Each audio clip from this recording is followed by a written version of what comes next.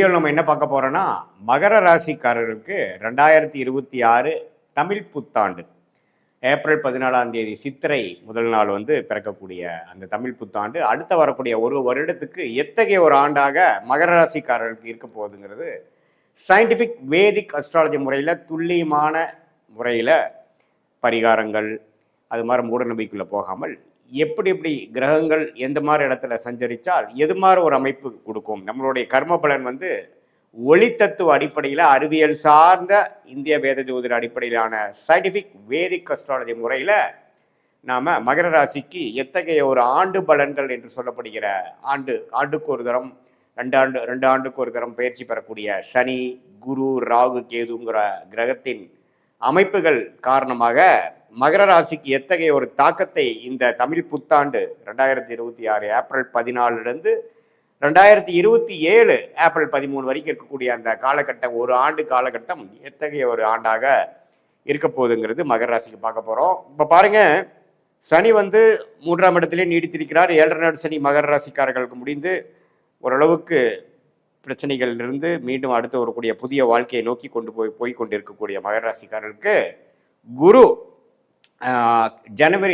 June 1ஆம் தேதி வரைக்கும் தமிழ் புத்தாண்டு பிறந்து ஒரு 1.5 மாசம் வரைக்கும் 6ஆம் இடத்திலே இருந்து ஜூன் முதல் வாரத்தில் 7ஆம் இடம் என்று சொல்லப்படுகிற கேந்திரம் உச்ச குருவாக மாறி ராசியை பார்ப்பது அருமை. ஸோ ஜூன் 1ஆம் தேதியிலிருந்து பார்த்தீங்கன்னா குருவின் தாக்கங்கள் நம்ம பாசிட்டிவா இருக்கு. யாருக்கு? மகர ராசிக்காரருக்கு. இது வரைக்கும் கொஞ்சம் பணவரவு கைக்கு வந்தது, வாய்க்கு வரவில்லை, கடன் தொல்லை, வீண் அலைச்சல், சுப செலவுகள் குறைவே இல்லாமல் போயிட்டு இருக்குதுங்கிற மாதிரி இருக்கக்கூடிய மகர ராசிக்காரர்களுக்கு இனிமேல் பார்த்தீங்கன்னா எல்லாமே ஒரு கண்ட்ரோலுக்கு வரும். எல்லாமே கொஞ்சம் பாசிட்டிவிட்டிக்குள்ள நீங்களே போகக்கூடிய அமைப்புகள் கொடுக்கக்கூடிய அந்த பயிற்சி தான் குரு பயிற்சி. உச்ச குருவாக 7ஆம் இடத்துக்கு ராசியை பார்ப்பது அருமை. சரி, இப்போ ராகு கேதுகள் எப்படி இருக்கிறான்னு பார்த்தீங்கன்னா மகர ராசிக்கு 2ஆம் இடத்துல ராகுவும் 8ஆம் இடத்தில் கேதுவும் இருக்கிறார். இவர் பாருங்க, டிசம்பர் மாதம் புத்தாண்டு பிறந்து ஒரு 7 மாதங்களுக்கு அப்புறம் கேது குருவோட சேர்ந்து கேலயோகமாக 7ஆம் இடத்திலும் ராகு ராசிக்குள்ளேயும் வரார். ஸோ இந்த ஜூன் மாசத்திலிருந்து டிசம்பர் மாசத்துக்குள்ள ஒரு அருமையான ஒரு அமைப்பு இருக்கு. ஏன்னா ராகு கேதுகள் ராசிக்குள்ள இல்லை. ராகுகள் ராசிக்குள்ள சில மனக்குழக்கங்கள், அடுத்து வரக்கூடிய காலத்துக்காக நிறைய திட்டமிடுதல், சிலது சரியா வர்றது, சிலது சரியா வராமல் போறது, உறவுகளில் கொஞ்சம் பிரச்சனை, அது மாதிரி பல விஷயங்கள் கொடுக்கக்கூடிய அமைப்பு இருக்கு. ஆனா ஜூன் மாதத்திலிருந்து நவம்பர் மாதம் வரைக்கும் ஒரு பொற்காலம் என்றே சொல்ல வேண்டும். யாருக்கு? மகர ராசிக்கு. ஏன்னா குருவின் பார்வை இருக்கு, ராகு கேதுகளின் தாக்கங்கள் இல்லை. அதே சமயத்தில் சனி 3ஆம் இடத்தில். இது மாதிரி ஒரு அமைப்பு மகர ராசிக்காரர்களுக்கு நீங்க இப்போ என்ன ட்ரை பண்ணிட்டு இருக்கீங்க, என்ன முயற்சி எடுத்துட்டு இருக்கீங்களோ அது ஜூன் மாசத்திலிருந்து கொஞ்சம் பாசிட்டிவா வரக்கூடிய அமைப்புகள் கட்டாயம் உண்டு. அப்புறம் பார்த்தீங்கன்னா இந்த டிசம்பர் மாதத்துக்கு அப்புறம் எப்படி ஆகும் அப்படின்னா இன்னும் கொஞ்சம் புதிய முயற்சி, சில பேர்த்தோட அசோசியேஷன், சில கான்ட்ராக்ட், சில வேலை மாற்றம், தொழில் அபிவிருத்திக்காக சில விஷயங்கள், நம்ம ஒருத்தரோட டையப் போடுறது, ஒரு கிளையண்ட்டு, கஸ்டமரு, கொலீகு, அது மாதிரி சில விஷயங்களில் நம்ம கொஞ்சம் சிரத்தையாக சில மெனக்கெடுதல், அது மாதிரி விஷயங்கள் தேவை. அதே மாதிரி மாணவர்களுக்கும் பார்த்தீங்கன்னா இந்த ஜூன் மாதத்துலேருந்து நவம்பர் மாதத்துக்குள்ளே அவங்களுக்கு வேணுங்கிற கோர்ஸு, என்ன மாதிரி அட்மிஷன் போகணும், எது மாதிரி ஹையர் ஸ்டடீஸ் பண்ணணுங்கிறதுக்கெல்லாம் நல்லா அமைச்சிக்கக்கூடிய அமைப்பு கட்டாயம் உண்டு. அதுக்கப்புறம் பார்த்தீங்கன்னா சேர்க்கை, ஃப்ரெண்ட்ஸு, வேலை, படிப்பு, அது மாதிரி விஷயத்தில் சில தொய்வுகள் வரக்கூடிய அமைப்புகள் உண்டு அப்படிங்கிறத நம்ம தெரிஞ்சுக்கணும். எப்பவுமே ராகு கேதுகள் ராசிக்குள்ள வரும்பொழுது சில குழப்பத்தை கொடுப்பார். ஆனால் இந்த தரம் பார்த்தீங்கன்னா குருவின் பார்வையோடு வருவதனால அப்படி ஒன்றும் பெரிய பிரச்சனை இல்லை. சில பேர்த்துக்கெல்லாம் பாருங்க பெரிய லெவலில் ஒரு ரெகக்னிஷன் கிடைக்கிறது, ஃபேமஸ் ஆகுறதுலாம் கூட வருது. ஏன்னா ராகு கேதுகள் எப்பவுமே சுபகிரகத்தின் தாக்கத்தில் இருக்கும்பொழுது நல்ல படங்களை கொடுப்பார் அப்படிங்கிறத நம்ம தெரிஞ்சுக்கணும். ஸோ மகர ராசிக்காரர்களுக்கு எப்படி பார்த்தாலும் ஒரு அருமையான தமிழ் புத்தாண்டாக 2026 ஏப்ரல் 14ஆம் தேதியிலிருந்து வருது. அது குறிப்பாக ஜூன் மாசத்திலிருந்து அதை நீ உணரக்கூடிய அமைப்பு, குருவின் பார்வை, சனி, ராகு கேதுவோட அமைப்பு எல்லாமே உண்டு. ஸோ கிட்டத்தட்ட கோவிட் கொரோனா டைம்லேருந்து ஜென்ம சனியிலேருந்து மீண்டு வரக்கூடிய மகர ராசிக்காரர்கள் கோவிட்ல தான் அதிகமாக அஃபெக்ட் ஆன ஒரு ராசி பார்த்தீங்கன்னா மிதுன ராசியும் மகர ராசியும் தான். ஏன்னா மகர ராசிக்காரருக்கு ஜென்ம சனி, மிதுன ராசிக்காரர்களுக்கு அஸ்தம சனியாக இருந்தது. ஸோ அதுலேருந்து இப்போ எவ்வளோ தூரமாக நல்லா மீண்டு வந்துட்டீங்க அப்படிங்கிறது தான் உண்மை. ஆனால் இந்த 2026 தமிழ் புத்தாண்டு எப்படி இருக்குன்னா நல்லாவே ஒரு அடுத்த லெவலுக்கு நம்ம போயிட்டோம்.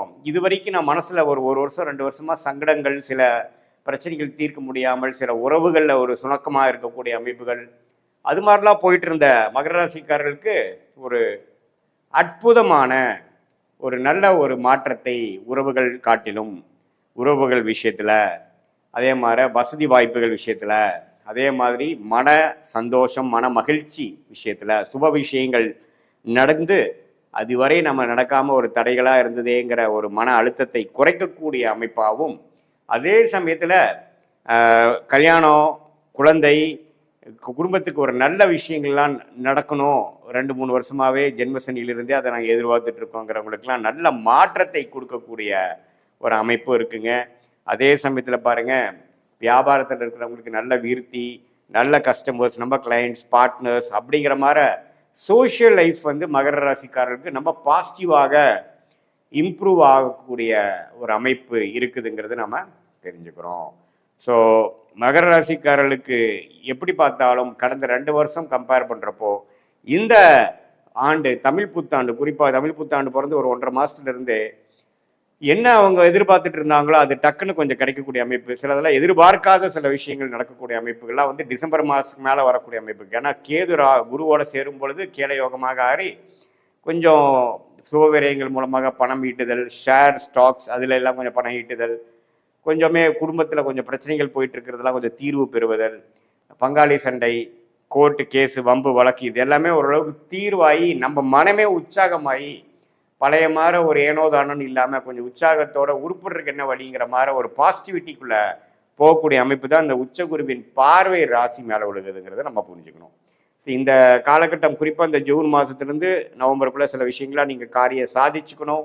அதுவே நாளைக்கு அடுத்த வரக்கூடிய பல ஆண்டுகளுக்கு வேணுங்கிற ஒரு ஃபவுண்டேஷனான ஒரு பிளாட்ஃபார்மை நீங்கள் கிரியேட் பண்ணிக்கணும் அப்படிங்கிறது தான் உங்களுக்கு நான் கொடுக்கக்கூடிய ஜோதிட ஆலோசனை.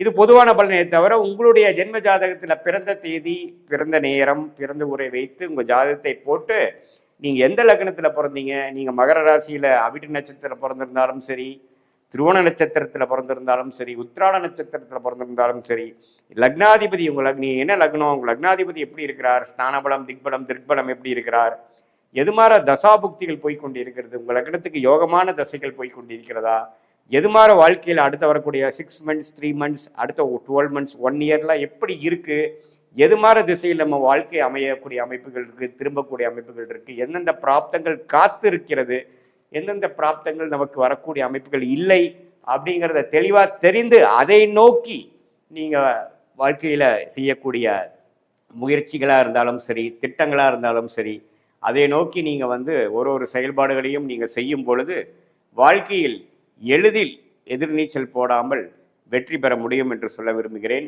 மீண்டும் மற்றொரு காணொளியில் சந்திப்போம். நன்றி, வணக்கம்.